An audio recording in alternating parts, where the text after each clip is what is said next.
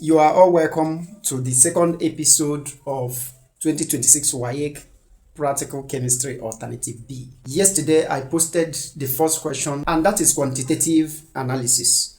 Today, I have come up with this as the salt analysis expo. In alternative B, the salt given is actually a mixture, equal mixture of copper 2 tetraoxosulfate 6 and starch. This mixture is what you are to analyze. Now, before we go into the answers, if you look at this and this, copper 2 tetraoxosulfate 6 is soluble in water, but starch is not. So the first test carried out on you is to know if you understand that one is soluble and the other one is insoluble. And that is why the first question will be that you dissolve in distilled water. So F, which is this mixture, you'll be asked to dissolve it in distilled water. So what you report is F plus distilled water. And what you observe is that because one part of the mixture is soluble and the other part is insoluble, and also that this salt is physically blue in color, light blue. Under observation, you write F partly dissolved to form a light blue or pale blue solution, and the inference is what you make out of this observation, that F is a sparingly soluble salt. Now they will ask you to filter what you have gotten, so you write solution plus filter. When you filter, because one part of the mixture is soluble and the other one is insoluble, you are expected to get a filtrate and a residue on the filter paper. So under observation, you will get light blue filtrate and white residue. It is the starch that forms residue because it is insoluble and cannot pass through the pores of filter paper. The inference is that F contains soluble and insoluble salt because this filtration confirms that the soluble one passed through the filter paper. That is a true solution, and the false solution remains as a residue. Now there are two things, the filtrate and the residue. They will ask you questions on the filtrate because the filtrate ideally would contain copper 2 ion and tetraoxosulfate 6 ion.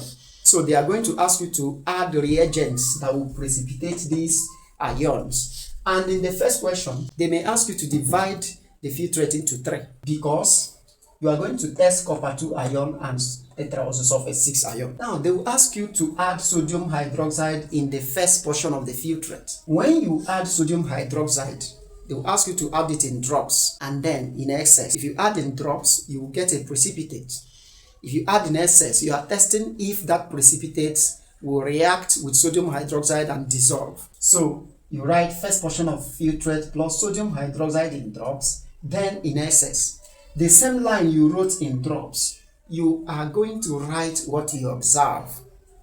In drops, you are going to observe light blue gelatinous precipitate, a precipitate that is light blue in color and as slippery as gel. And the ion that forms light blue gelatinous precipitate in sodium hydroxide in drops is copper 2 ion. So you write copper 2 ion.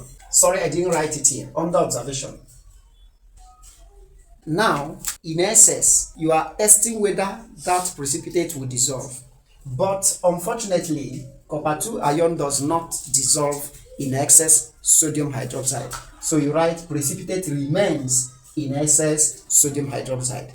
And you can repeat, copper 2 ion present. The first portion was used to investigate if copper 2 ion is present. Now, there is a confirmatory test for copper 2 ion, and it is carried out with ammonia. So you write second portion of filtrate plus ammonia solution in drops, then in excess. In drops, you are going to get a similar observation as in B, light blue precipitate observed. You also write copper 2 ion present. In excess, ammonia solution is going to form dative bonds with this copper 2 ion to form a soluble complex that is deep blue in color.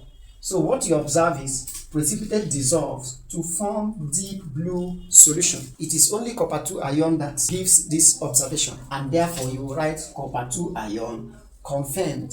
Now we are through with testing for copper 2 ion. The next thing they will ask you to add are the reagents used to test for presence of tetraoxosulfate 6 ion. That is why they will ask you in the third portion to add barium chloride and hydrochloric acid. Why?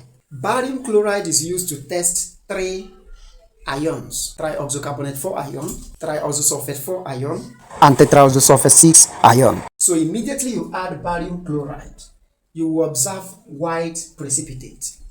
So in this observation, you have to suspect the presence of these three ions. So you write white precipitate formed. The same line, you write tetraoxosulfate 6 ion, trioxosulfate 4 ion, and trioxocarbonate 4 ion present or suspected, right? Now, when you add HCl, it is called distinguishing test because HCl reacts differently with these three ions in form of barium salt. Because when you add barium chloride, if it is this, you will form barium sulfate. If it is this, you form barium sulfite. If it is this, you form barium carbonate, right? These three compounds have different behaviors when HCl is added. So when HCl is added in drops and then in excess, you observe that the precipitate will become insoluble in excess. If it is insoluble, then it is this ion. If it is soluble, it is this one. If colorless and odorless gas is evolved while the precipitate dissolves, then that gas is carbon dioxide. You can test it with lime water. If you find out the gas is carbon dioxide, then carbonate ion is present. In this case, the precipitate will remain insoluble in excess HCl, and you say that SO42 minus is confirmed. At the end of the day, we have confirmed presence of this compound. The next they will ask you is a question on test for starch.